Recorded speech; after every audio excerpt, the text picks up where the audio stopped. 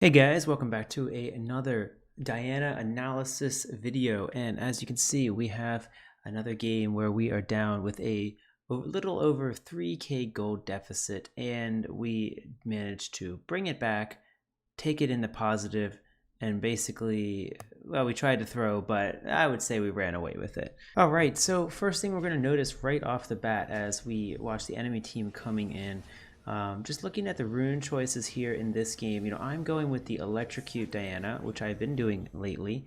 And I know that Conqueror is definitely the stronger Diana pick, but again, something I might have said in the last videos is that the Electrocute Diana, I'm playing this to carry, to climb, etc. And also, it's not actually bad against Conqueror champions as long as you pick your engages properly and do it fast. Now, admittedly, this game it bites me in the butt a little bit. I was against the Qiyana and I did not even bother looking at her runes. I do enjoy the Diana versus Qiyana matchup, but she has Conqueror, which I'm not really used to seeing. I've not seen any Qyanas go Conqueror.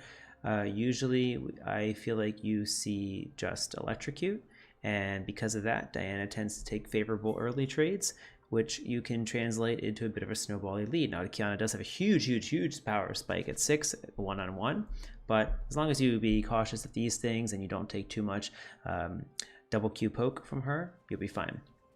So, yeah, let's just get on into this one. So, laning phase is pretty standard, both teams doing a little bit of a leash situation. We're gonna just focus on me here. And I basically am just doing a bit of farming. Nothing too interesting happens. I'm playing it mostly safe. We're just going to skip ahead until something interesting happens, so that way you can get some true analysis. Alright, so Qiyana and I have just been farming at this instance here. Currently I'm up 1 CS. It doesn't really matter. I'm quite fond of giving up CS as Diana early to facilitate some other kind of a lead. Obviously I couldn't actually see her there. We're seeing their perspective. I'm just going to switch it as well, so we get some truer observation of what I was thinking this game. So Trundle's on the top side of the map a little bit. I have my jungler on the bottom. So we're in a pretty good pick. Now, right here, things are pretty good. Sejuani misses the dash because she flashed. I really thought we would have this, but Trundle just comes in so fast, and again, there is a pillar right here. That's a replay bug, something with this skin, I think. There's a pillar right here. Yeah, it's a little unfortunate.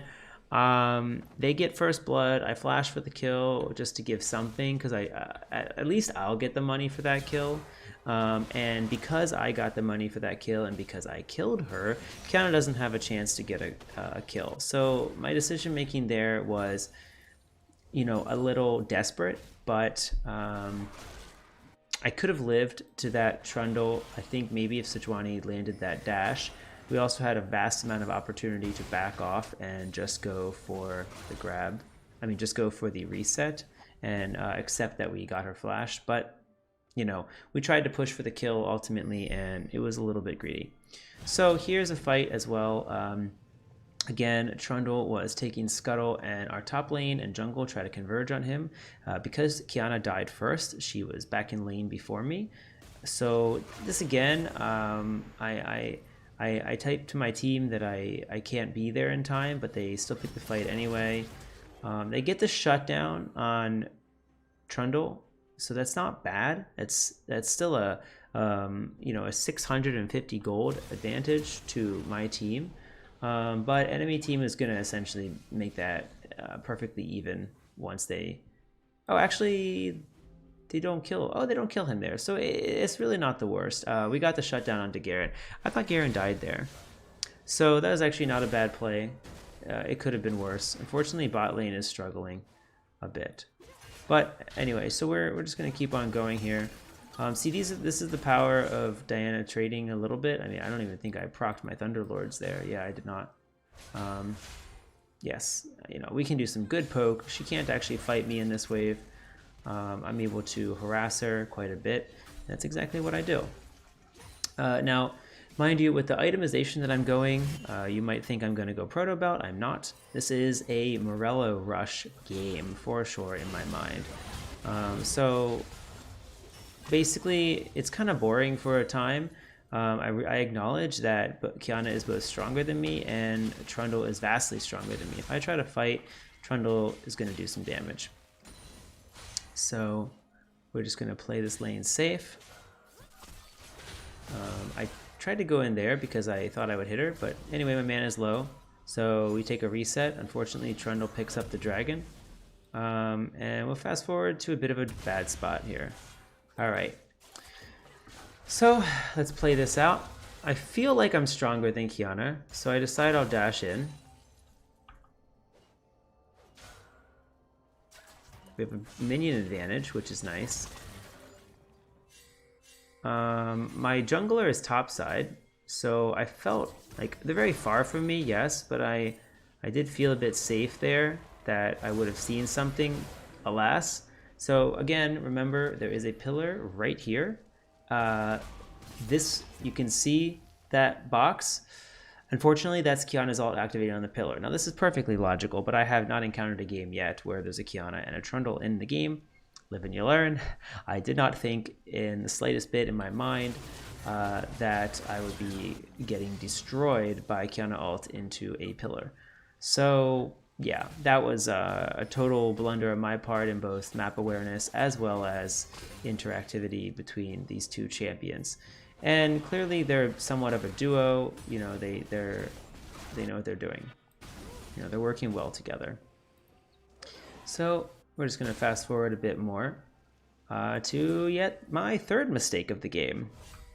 Okay, it's a bit of a mistake. You know, so my team is saying, Garen and Sejuani say, get ready to defend to me. And I'm telling my team all I can do here is flash ulti because I have low mana. You see all the pings coming down. My team is telling me to go in. They're coming, but they're really far away. They're actually very far, but I wanted to take my opportunity when those two clumped up. So I went in anyway. It's another tragic situation though. The Sejuani ult misses because she flashes. Both my team flashes. And unfortunately, they have a lot of distance that they can close. You know, Rumble comes in here. He's able to stop the Garen. Oh, that ulti leaves her on 1 HP. It's tragic. Sejuani does pick up the kill. You know, Garen, he's pretty sure he dies here. Yeah. And I think, though, I think Sejuani picks this. Yeah, Sejuani does pick this up by herself. I was thinking that I needed to come for a moment, but at the end of the day, no, it was fine. So it's a bit of a sus play. I mean, I wanted to do that.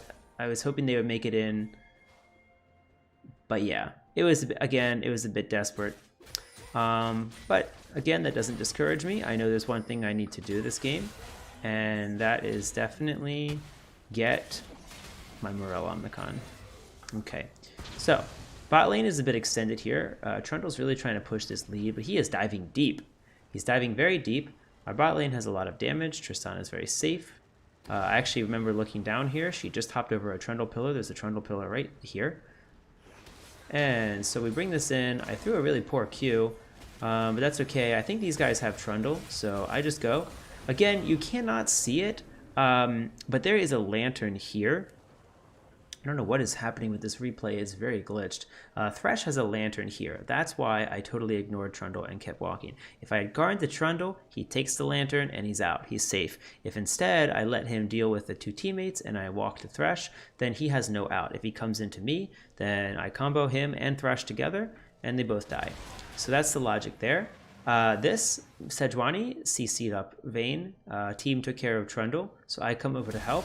I land that ultimate, and because I dashed to her and the damage did apply, it's very unfortunate, but because I dashed to her, the damage applied, yes, but she still flashed over the wall, and auto-pathing immediately made me turn around for a second. I tried to correct it, but she was already out of dash range.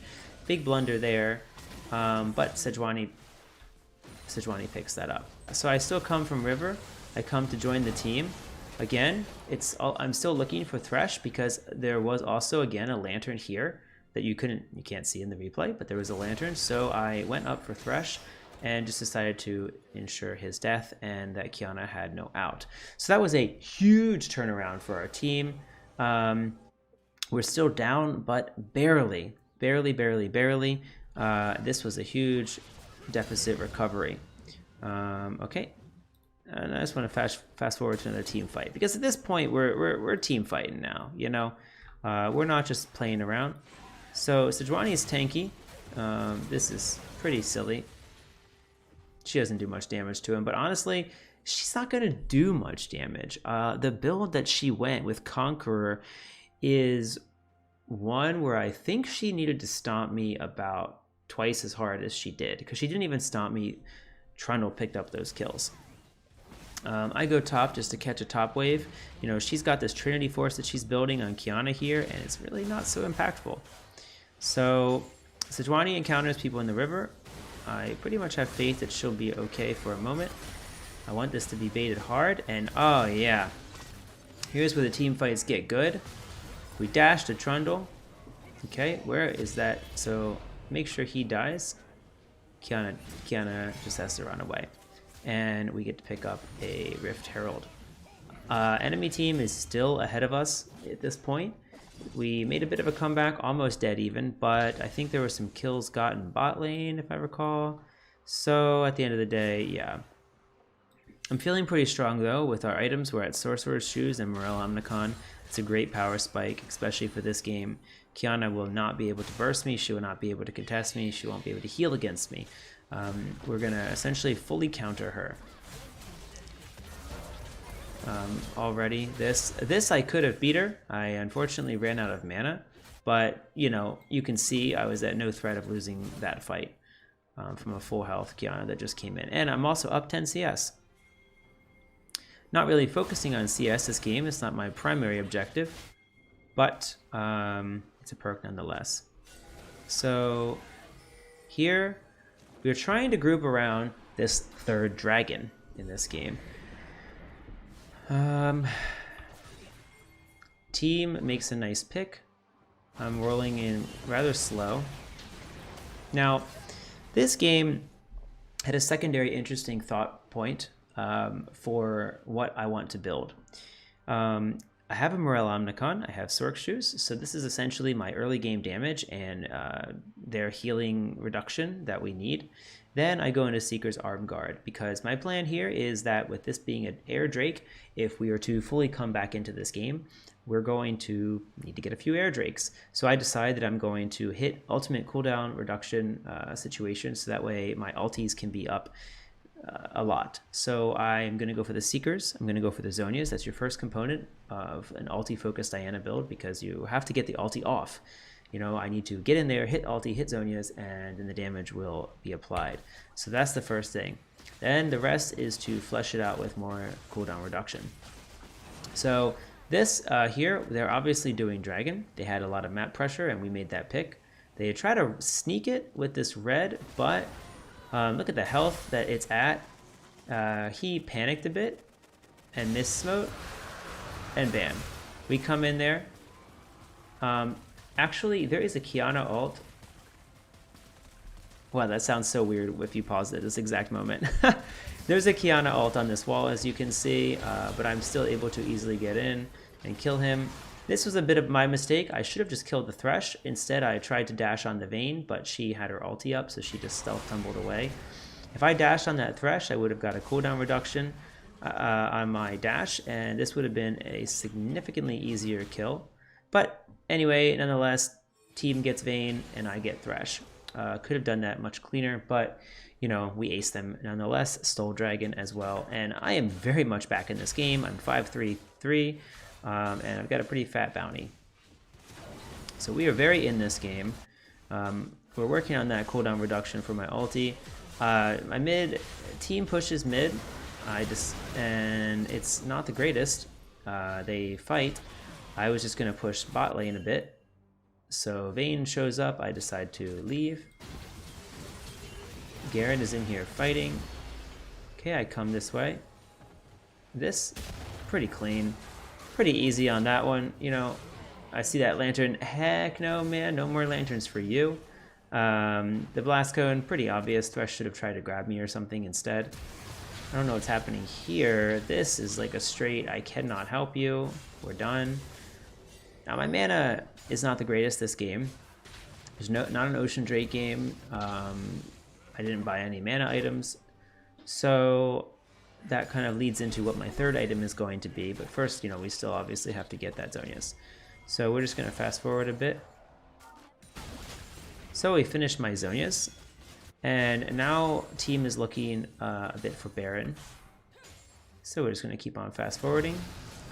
And they set up another nice catch in this bush. Brand is doing a great job, actually, at looking for these picks. I go in, make sure that kill happens. I thought the bomb was going to do it, but you never know. So right now, team is calling for Baron. I'm just trying to apply some pressure mid.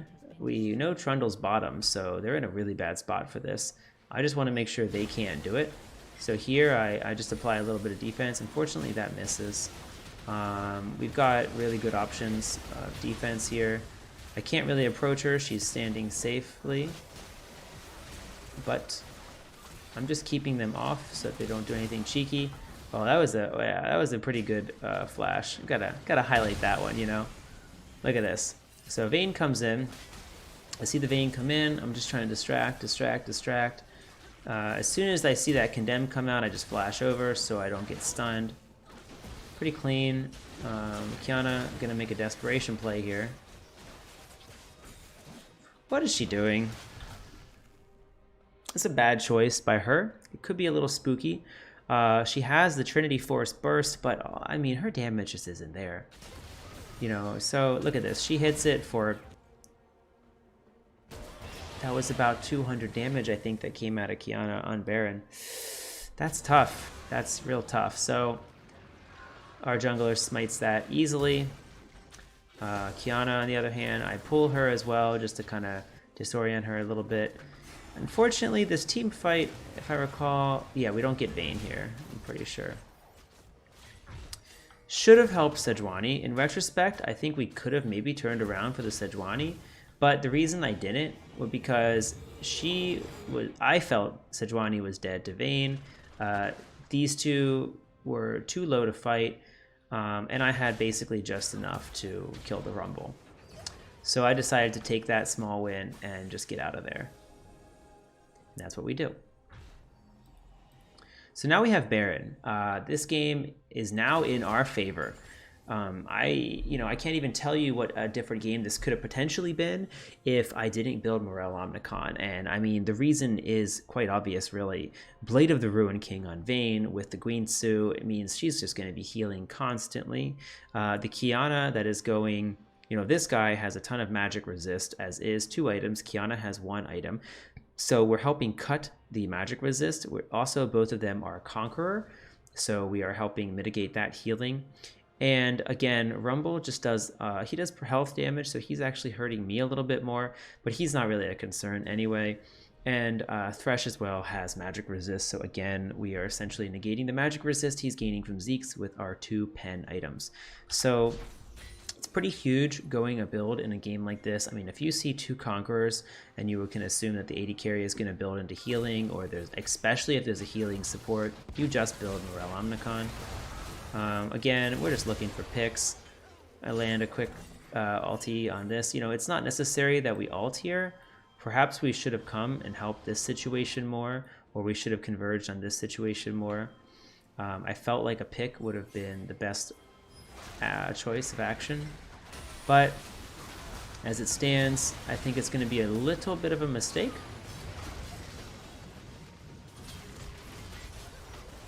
Sometimes the picks, you want to make sure you don't overcommit your resources, and that's exactly what we did. Here, these 2 are a bit on the weak side to defend this. I'm strong enough to defend. I mean, if I land a Q on any one of these guys, they all die. But, you know, we're both playing a very cautious game. I also cannot afford to be slowed. That was a very close Q right there on Trundle. There's a pillar right here. I cannot afford to be slowed by the dragon, so that's something I have to watch out for too. If I get slowed, they're going to engage on me very easily. But we're just trying to play the wait game. Eventually, people are pinging ultimates. See, I pinged my ultimate here, 9 seconds away. You know, Rumble comes in. I mean, eventually, by the time Rumble gets in, we just have to give it up. So that was a bit of a blunder, a bit of a throw. I should not have overcommitted to that Qiyana pick. I should have saved my ulti for the Vayne. Vayne is the biggest threat at this time. But, you know, things could be worse. Alright. So now we just get into the point. Team decides to just shove mid. This catch here, I thought we would have this a lot cleaner. I took a vast amount of damage here. And Vayne just goes in to kill me for a smooth 1000 pickup. That's pretty bad. I shouldn't have dashed on that Rumble there. I thought we would be in and out a little bit quicker than that. The team is scary without me, but you know, still gotta acknowledge when it's a bit of a blunder. Team gets inhibitor here though. Trundle, I mean, their best wave player, to be fair, is going to be the Rumble. So, you know, the fact that we killed him is a benefit in that sense. Garen going on this Vayne, not sure I understand that one, but he distracted enough that we got a second in him. So that's something. Qiyana missed her ult. She actually hit it on this rock here. I don't know if she meant to like slam someone into this tower or if she meant to hit them into the wall. But anyway, that ulti of hers did pretty much nothing. So that's great. Have to let the... I'm pinging. Be careful. I want to just let him die. And we're going to do a little reset. So now we're working toward a reset. So this is a bit spicy. I mean, it's a clump. It's not bad, but I'm not in position. I'm not there yet. I was overtaking blue. Now here's the money right here. This was a bit puzzling. Sejuani's running. They're all focused on her. Now Vayne, I believe, does have ult running. Yes, and Trist is right here. Well, Trist has no cooldowns, unfortunately. But so here I flash in. Go Q. I mean, this is max damage. Unfortunately, as you can see with my last back here, I bought a Nashor's Tooth. I decided to go for that sustained damage, proc Morello's on even from my very first auto attack on anyone that I hit. You know, it's maybe not optimal. I wanted that 40% CDR. I was talking to you about how, you know, I wanted to build the CDR this game for the ultimate in case we got multiple air drakes. I should have maybe gone for a Luden's Echo. But anyway, so the ult comes down. It's pretty unfortunate he had that. Vayne, on the other hand, you know, surprisingly not taking a lot of damage. Really thought this one could have been better. I threw a blind Q. She was over here. If I threw it this way, it was a guess. It was a shot in the dark. Unfortunately, I mean, they're two Trist auto attacks away, one Trist auto attack away. Trist is just sitting over here at the chickens watching. She's not even recalling. Now she starts the recall. I want to say it wasn't the worst execution. Let's just watch that in live. Yeah, so we basically land the combo. Boom, boom. Trist is sitting right down here. I die. Then she starts her recall. And then best of all,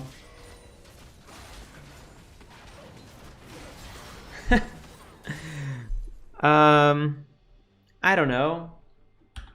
I want to say I didn't make that bad of a mistake, but it was definitely only made worse. So that's a bit unfortunate, you know. Anyway, we're still clawing back into this game. You know, the score is still positive. I started the game 0-3. Now I'm 9-5. You know. The Baron, you know, even though we don't have Trist helping us, the Baron starts off quite nicely because I do have that Nashor's. Sedge lands a nice ulti there. Now this, again, we can make the same plays. Again, I'm just looking. This was like I killed the Vayne instantly, but the ulti, I mean, Triss just knocked him away. I don't know what to say about that, you know? Whatever. I could have got so much more damage in there, you know, so much more could have happened. But anyway, I died. It's okay. I got shut down on that Vayne. I think Triss lives this. Yeah, they do enough kiting. Team finishes it up. We don't get the Baron. Doesn't really make much sense. If we had Triss there from the beginning, we could have got the Baron. The only redeeming factor is our boy Garen is in the base. He does some great split pushing. Again, this is something our team kind of communicated. We're going to do a little split thing. Again, you can see, same strategy. This time, I'm the splitter. And Triss is helping. So there's our attack speed damager. So Triss is on the Baron. I'm splitting bottom here.